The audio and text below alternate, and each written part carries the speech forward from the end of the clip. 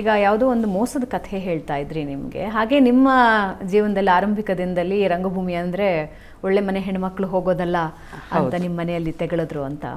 ಆದರೆ ಇವತ್ತಿಗೂ ಅದೊಂದು ಭಯ ಇದೆ ಕುಟುಂಬಗಳಲ್ಲಿ, ಕಿರುತೆರೆ ಬಗ್ಗೆ, ಬೆಳ್ಳಿತೆರೆ ಬಗ್ಗೆ. ಈ ಕಾಸ್ಟಿಂಗ್ ಕೌಚ್ ಇತ್ತೀಚಿನ ವರ್ಷ, ಕಳೆದ ವರ್ಷ ಆದರೆ ಹಿಂದಿನ ವರ್ಷದಲ್ಲಿ ದೊಡ್ಡದಾಗಿ ಸದ್ದು ಮಾಡಿತು. ಆದರೆ ಕೆಲವೊಬ್ಬರು ಎಕ್ಸ್ಪೀರಿಯನ್ಸ್ ಹೇಗಿರುತ್ತೆ ಅಂದರೆ ಅದು ಬೆಳ್ಳಿತೆರೆ ಅಂತಲ್ಲ, ಕಿರುತೆರೆ ಅಂತಲ್ಲ, ಅಲ್ಲಲ್ಲಿ ನಡೆಯುತ್ತೆ ಅಂತ ಹೇಳ್ತಾರೆ. ಕಾಸ್ಟಿಂಗ್ ಕೌಚ್ ಬಗ್ಗೆ ನಿಮ್ಮ ಅಭಿಪ್ರಾಯ ಏನು? ಇದೆಯಾ ಅದು? ಇದೆ ಅಂತ ಹೇಳ್ತಾರೆ. ನನಗೆ ಆ ಎಕ್ಸ್ಪೀರಿಯೆನ್ಸ್ ನನಗಾಗಿಲ್ಲ. ಬಟ್ 2 ವರ್ಷ ಅಲ್ಲ, 2 ವರ್ಷ ಅಲ್ಲ, ಮೀಟು ಸದ್ದು ಮಾಡ್ತು ಗೊತ್ತಾ? ಹೌದು ಹೌದು. ಸೊ ಅದಕ್ಕೂ ಮುಂಚೆಯಿಂದ ಹೇಳ್ತಾ ಬಂದಿದ್ದಾರೆ, ಯಾರೂ ಕೇಳ್ತಿರ್ಲಿಲ್ಲ. ಮೀಟು ಚಳವಳಿ ಯಾವಾಗ ಶುರು ಆಯಿತೋ ಆಗ ಅದ್ರ ಬಗ್ಗೆ ಒಂದು ಅವೇರ್ನೆಸ್ಸು ಸಾಮಾನ್ಯ ಜನರಿಗೂ ತಲುಪೋ ಮಟ್ಟಿಗೆ ಅವೇರ್ನೆಸ್ ಹುಟ್ಕೊಂಡಿದ್ದು ನಿಜ. ಕಾಸ್ಟಿಂಗ್ ಕೌಚ್ ಬಗ್ಗೆ ಹೇಳಬೇಕಂದ್ರೆ ಆಗುತ್ತೆ. ಅಗೇನ್ ನಾವು ಯಾರ ಮೂಲಕ ಹೋಗ್ತೀವಿ, ಆಯ್ಕೆ ಮಾಡ್ಕೊಳ್ಳೋದು ನಮ್ಮ ಕೈಲಿರಲ್ಲ. ಅಲ್ಲಿ ಹೋದ್ಮೇಲೆ ಗೊತ್ತಾಗೋದು ಅವ್ರು ಏನು ಹೇಳ್ತಾರೆ ಅಂತ ಅನ್ನೋದು. ಅದೇ ಅಡ್ಜಸ್ಟ್ಮೆಂಟು ಮತ್ತೊಂದು ಏನೇನೋ ಹೇಳ್ತಾರಲ್ಲ, ಅದು ಅಲ್ಲಿ ಹೋಗೋವರೆಗೂ ಯಾರಿಗೂ ಗೊತ್ತಿರಲ್ಲ ಪಾಪ, ಇನ್ನೋಸೆಂಟಾಗಿ ಹೋಗಿರ್ತಾರೆ. ಅಲ್ಲಿ ಹೋದ್ಮೇಲೆ ಈ ಥರದ್ದು ಒಂದಿಷ್ಟು ಜನ ಹೇಳ್ತಾರೆ ಅಂದರೆ ಎಲ್ಲರೂ ಹಾಗೆ ಇರಲ್ಲ ಅನ್ನೋದು ಸತ್ಯ. ಟಿ ವಿ ಸೀರಿಯಲ್ಗಳಲ್ಲಂತೂ ಒಂಥರ ನೀವು ಆಗಲೇ ಹೇಳಿದ್ರಿ ಅಲ್ಲ, ಮನೆ ಜನರನ್ನ ನೋಡ್ದಂಗಾಗತ್ತೆ ಅಂತ ಹೇಳಿ ತುಂಬ ಅಷ್ಟೊಂದು ಆತ್ಮೀಯ, ಅದು ಸತ್ಯ. ಟಿ ವಿ ಸೀರಿಯಲ್ಗಳ ವಾತಾವರಣ ಕೂಡ ಹಾಗೆ ಇರುತ್ತೆ. ಅಲ್ಲಿ ಅದು ಕಡಿಮೆನೆ, ಇಲ್ಲವೇ ಇಲ್ಲ ಅಂತ ನಾನು ಹೇಳಾರೆ. ಬಟ್ ಸಿನಿಮಾ ರಂಗಕ್ಕೆ ಹೋಲಿಸಿದ್ರೆ ಟಿ ವಿ ಸೀರಿಯಲ್ಗಳಲ್ಲಿ ಅದು ಕಡಿಮೆ. ನಾನೊಬ್ಬ ನಟಿಯ ಇತ್ತೀಚಿನ ಪೋಸ್ಟ್ ಬಗ್ಗೆ ನಿಮ್ಗೊಂದು ಮೆನ್ಷನ್ ಮಾಡ್ತಾ ಇದ್ದೀನಿ. ವಿಜಯಲಕ್ಷ್ಮಿ ಸುಬ್ರಹ್ಮಣ್ಯ ಅವರು ಇತ್ತೀಚೆಗೊಂದು ಪೋಸ್ಟ್ ಹಾಕ್ಕೊಂಡಿದ್ರು. ರಾಜಕೀಯದಿಂದಾಗಿ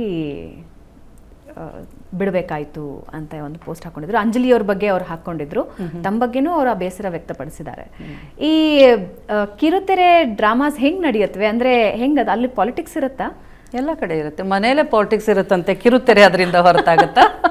ಖಂಡಿತವಾಗ್ಲು ಮನೇಲಿ ಎಂತ ಪಾಲಿಟಿಕ್ಸ್ ಇರುತ್ತೆ ಅಲ್ವಾ? ಸೊ ಇರೋ ಪಾಲಿಟಿಕ್ಸ್ ಅಂದ್ರೆ ಏನು? ಅಲ್ಲಿ ಏನು ಪಾಲಿಟಿಕ್ಸ್ ಆಗಕ್ಕೆ ಸಾಧ್ಯ? ಏನೋ ಆಗ್ಬೋದು. ಓಕೆ, ಲೈಕ್ ಅವನು ಯಾಕೆ ಅವ್ನು ಚೆನ್ನಾಗಿ ಮಾಡಲ್ಲ, ಅಥವಾ ಅವಳು ಯಾಕೆ ಅವಳು ಚೆನ್ನಾಗಿ ಮಾಡಲ್ಲ, ಅವಳು ಹಾಗೆ ಅವಳು ಹೀಗೆ. ಸೊ ನಿಜ ಅನಿಸೋ ಥರ ನೀವು ಹೇಳಿದ್ರೆ ಅದು ಇರ್ಬೋದು, ಇಲ್ಲದೆ ಇರ್ಬೋದು. ನನಗೆ ನೀವೇನು ವಿಜಯಲಕ್ಷ್ಮಿ ಮತ್ತು ಇವ್ರದ್ದು ಹೇಳಿದ್ರಲ್ಲ, ನಂಗೆ ಅವ್ರ ಬಗ್ಗೆ ಗೊತ್ತಿಲ್ಲ. ಅಂಜಲಿ ಮತ್ತು ವಿಜಯಲಕ್ಷ್ಮಿ ಸುಬ್ರಹ್ಮಣ್ಯ ವಿಷಯ ನಂಗೆ ಗೊತ್ತಿಲ್ಲ. ಬಟ್ ಪಾಲಿಟಿಕ್ಸ್ ಎಲ್ಲಿರಲ್ಲ ಹೇಳಿ. ಬೇಡ ಅಂತಂದರೆ ತೆಗೆಸ್ಬೋದು, ಇಲ್ಲ ನಿಮ್ಮ ಪಾತ್ರನ ಕುಗ್ಸ್ಬಿಟ್ಟು ತನ್ನ ಪಾತ್ರನ ಎತ್ತರಕ್ಕೆ ತೊಗೊಂಡು ಹೋಗೋ ಹಾಗೆ, ಪಾತ್ರನೇ ಇಲ್ಲದೆ ಇರೋ ಹಾಗೆ, ಇಲ್ಲ ನಾವೇ ಬಿಟ್ಟು ಬೇಡ ಮಾರಾಯರೇ, ನನಗೆ ಈ ಪಾತ್ರ ಬೇಡ, ನಂಗೆ ಉಸಿರು ಕಟ್ತಾ ಇದೆ, ನಾನು ಬಿಟ್ಬಿಡಿ ನಾನು ಹೋಗ್ತೀನಿ ಅನ್ನೋ ಥರನೂ ಆಗ್ಬೋದು. ಅದೆಲ್ಲವೂ ಪಾಲಿಟಿಕ್ಸೇ. ಅದು ಎಲ್ಲ ಕಡೆ ನಡೀತಾ ಇರುತ್ತೆ, ಇಲ್ಲೂ ನಡೆಯುತ್ತೆ. ಹಂಗಿದ್ದು ಯಾವ್ದಾದ್ರು ಎಕ್ಸ್ಪೀರಿಯನ್ಸ್ ನಿಮಗೆ ಬೇಜಾರಾಗಿದ್ದಿದೆಯಾ? ಇದೆ, ಬಟ್ ಹೇಳೋದು ಬೇಡ. ಯಾಕೆ ಹೇಳ್ತಿದ್ದೀನಿ ಅಂತಂದರೆ ಎಕ್ಸ್ಪೀರಿಯನ್ಸ್ ಆಗಿದೆ, ಸ್ವತಃ ನನ್ನ ಜೊತೆನೇ ಆಗಿದೆ. ಹೇಳೋದ್ರಿಂದ ಆಗೋದೇನು? ಏನು ಹೇಳ್ಬೋದು ನಾನು ಅಂತಂದರೆ ಬಿ ಸ್ಟ್ರಾಂಗ್ ಅಂತ ಹೇಳೋದು. ಪಾಲಿಟಿಕ್ಸ್ಗೆ ಮಣಿಬೇಡಿ, ಕುಗ್ಗಬೇಡಿ. ಸೊ ನೀವು ಏನು ಅನ್ನೋದನ್ನು ಪ್ರೂವ್ ಮಾಡಿ ಅಂತ ಹೇಳ್ಬೋದೇ ವಿನಃ ನಾನು ನನ್ನ ಜೊತೆ ಆದಂಥ ಪಾಲಿಟಿಕ್ಸ್ನ ನಾನು ಹೇಳೋದ್ರಿಂದ ಅದು ಸರಿ ಹೋಗಲ್ಲ. ಓಕೆ, ಹೆಂಗೆ ಅನಿಸಿತ್ತು ಅಂದರೆ ಆ ರೀತಿ ಪಾಲಿಟಿಕ್ಸ್ ಆಗಿ ಏನೋ ಒಂದು ಬೆಳವಣಿಗೆ ನಡೆದಾಗ ವಾಟ್ ಯು ವೆಂಟ್ ಥ್ರೂ ಅಂದರೆ ಏನು ಅನಿಸಿತ್ತು ನಿಮಗೆ? ಸಫೋಕೇಷನ್. ಓಕೆ, ಉಸಿರು ಕಟ್ಟಕ್ಕೆ ನಿಲ್ಲುತ್ತೆ. ಆ್ಯಂಡ್ ನನಗೆ ಮಾಡೋಕ್ಕೆ ಗೊತ್ತಿಲ್ಲ, ನಂಗೆ ಇಷ್ಟನೂ ಇಲ್ಲ. ಪಾಲಿಟಿಕ್ಸ್ ಅಂದರೆ ಚೆನ್ನಾಗೇ ಗೊತ್ತಿದೆ, ಆದರೆ ನಂಗೆ ಆ ಥರದ್ದು ಅಂಥದ್ರಲ್ಲಿ ಆಸಕ್ತಿ ಇಲ್ಲ. ಬಟ್ ನನ್ನ ಜೊತೆ ಆ ಥರ ನಡೀತಿದೆ ಅಂದಾಗ ಒಂದು ಉಸಿರುಗಟ್ಟೋ ವಾತಾವರಣ ಸೃಷ್ಟಿಯಾಗಿಬಿಡುತ್ತೆ ಅಲ್ಲಿ. ನಿಮಗೆ ಅನ್ನೋ ಹಾಗಿಲ್ಲ, ಅನುಭವಿಸೋ ಹಾಗಿಲ್ಲ. ಸೊ ನೀವೇನು ಡಿಮಾಂಡ್ ಮಾಡ್ತೀರಿ? ಅದು ಯಾವುದೇ ಆರ್ಟಿಸ್ಟು ನಿಮ್ಗೆ ಕೊಟ್ಟ ಸ್ಕ್ರಿಪ್ಟು ಅದರಲ್ಲಿ ಏನಿದೆ ನಾನು ಆ್ಯಕ್ಟ್ ಮಾಡಬೇಕು ಅಷ್ಟೇ ತಾನೇ. ಒಬ್ಬ ಆರ್ಟಿಸ್ಟ್ ಮಿತಿ ಏನಿರುತ್ತೆ ಅಷ್ಟಿರುತ್ತೆ. ಸೊ ಪಾಲಿಟಿಕ್ಸ್ ಮಾಡಿ ನೀವು ಅದರಲ್ಲೂ ಉಸಿರುಗಟ್ಟೋ ಹಾಗೆ ಮಾಡಿ, ಪಾತ್ರ ನಗಣ್ಯ ಥರ ಕಾಣೋ ಹಾಗೆ ಮಾಡಿ, ಏನೇನು ಎಲ್ಲೆಲ್ಲಿ ಹೈಲೈಟ್ ಆಗ್ಬೋದು ಅಷ್ಟು ಅಂಶಗಳನ್ನು ತೆಗಿಯೋ ಹಾಗೆ ಮಾಡೋದು, ಆ ಥರದ್ದೆಲ್ಲ ಇದೆಯಲ್ಲ,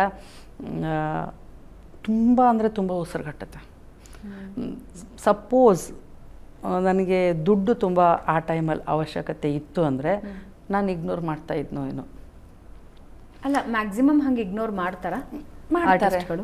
ಯಾಕಂದ್ರೆ ಇವಾಗ ತಿಂಗಳಿಗೆ ಇಷ್ಟು ಅಂತ ಸಂಬಳ ಅಂದ್ರೆ ಅದ್ರ ಮೇಲೆ ಬದುಕಿದ್ದಾಗ ಕಮಿಟ್ಮೆಂಟ್ ಇರುತ್ತೆ, ಕಮಿಟ್ಮೆಂಟ್ಸ್ ಇರುತ್ತೆ, ಮತ್ತೆ ಅರ್ನಿಂಗ್ ಕಂಪಲ್ಸರಿ. ಅದು ಯಾವುದೇ ಕ್ಷೇತ್ರ ತಗೊಳ್ಳಿ, ನಿಮಗೆ ದುಡಿತ ಅನಿವಾರ್ಯ ಅಂತ ಇದ್ದಾಗ, ನಿಮ್ಮ ಬದುಕಿಗೆ ನೀವು ದುಡಿಯೋ ಹಣ ತುಂಬ ಮುಖ್ಯ ಆಗುತ್ತೆ ಅಂದಾಗ ನೀವು ಸುಮ್ಮನೆ ಇರ್ತೀರಿ, ಇಗ್ನೋರ್ ಮಾಡ್ಕೊಂಡು ಹೋಗ್ತೀರಿ. ಆವಾಗಲೂ ನಿಮಗೆ ಬೇಜಾರಾಗ್ತಿರುತ್ತೆ. ಸೊ ಅದು ಕಲಾವಿದರ ರೂಪದಲ್ಲಿ ನೋಡಿದ್ರೆ ಪ್ರತಿಯೊಬ್ಬರು ಕಲಾವಿದರೆ, ಅವ್ರಿಗೆ ನೋವು ಆಗದೆ ಇರುತ್ತಾ? ಆಗುತ್ತೆ. ಬಟ್ ಬದುಕು ಬಾಯಿ ಮುಚ್ಕೊಂಡಿರು, ಇಲ್ದಿದ್ರೆ ಇವತ್ತಿನ ಸಂಬಳ ಸಿಕ್ಕಲ್ಲ, ನಾಳೆಯಿಂದ ಸಂಬಳ ಸಿಕ್ಕಲಿಕ್ಕಿಲ್ಲ ನೀನು ಅಪೋಸ್ ಮಾಡಿದ್ರೆ ಅನ್ನೋ ಒಂದು ಹೆದರಿಕೆ ಇರುತ್ತಲ್ಲ, ಆ ಒಂದು ಒಳಗಿನ ಮನಸ್ಸಿನ ಮಾತು ಕಲಾವಿದರನ್ನ ಬಾಯಿ ಮುಚ್ಕೊಂಡಿರೋ ಹಾಗೆ ಮಾಡುತ್ತೆ. ಸಫರ್ ಆಗ್ತಾರೆ. ನನಗೆ ದುಡ್ಡಿನ ಅವಶ್ಯಕತೆ ಖಂಡಿತ ಇರಲಿಲ್ಲ ಆಗ. ಬಟ್ ಸ್ಟಿಲ್ ಏನೆಲ್ಲ ಹೆದರಿಕೆಗಳಿರುತ್ತೆ ಅಂತಂದರೆ, ಸಪೋಸ್ ನಾನು ಇಲ್ಲಿ ಅವ್ರನ್ನ ವಿರೋಧಿಸ್ದೆ ಅಂತ ಇಟ್ಕೊಳ್ಳಿ, ಅದನ್ನು ಸ್ಪ್ರೆಡ್ ಮಾಡ್ತಾರೆ.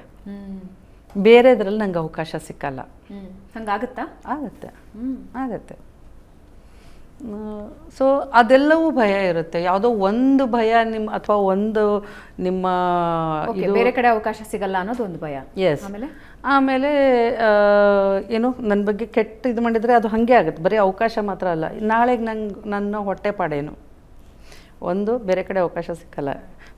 ಫಸ್ಟ್ ಅದು ಎರಡನೇದು. ಮೊದಲಿಗೆ ನನ್ನ ಹೊಟ್ಟೆಪಾಡು, ನಾಳೆ ನನ್ನ ರೋಜಿ ರೋಟಿ ಹೇಗೆ, ಅದು ಮೊದಲನೇದು. ಎರಡನೇದು ಇದು ಬೇರೆ ಕಡೆ ಅವಕಾಶ ಸಿಗಲ್ಲ, ಸುಮ್ಮನೆ ನಾನು ಟಾರ್ಗೆಟ್ ಆಗ್ತಾ ಇದ್ದೀನಿ ಅಂತ ಅನ್ನೋದು, ಅಪಪ್ರಚಾರ ಮಾಡೋದಿದೆಯಲ್ಲ. ಆಮೇಲೆ ಜನಕ್ಕೆ ನಾನು ಏನಿದ್ದೀನಿ ಬೇಕಿಲ್ಲ, ನಾನು ಏನಿದ್ದೀನಿ ಅಂತ ಇನ್ಯಾರೋ ಹೇಳ್ತಾರಲ್ಲ, ಅದು ತುಂಬ ಸಿಹಿಯಾಗಿ ಕಾಣಿಸುತ್ತೆ, ಕೇಳಿಸುತ್ತೆ, ಅದು ತುಂಬ ರುಚಿಕಟ್ಟಾಗಿರುತ್ತೆ, ಬೇಗ ನಂಬಿಡ್ತಾರೆ. ಉದಾಹರಣೆ ಹೇಳಿ. ಉದಾಹರಣೆ, ಭಾವನಾ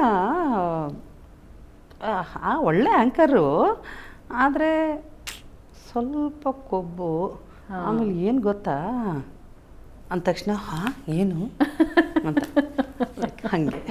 ಓಕೆ.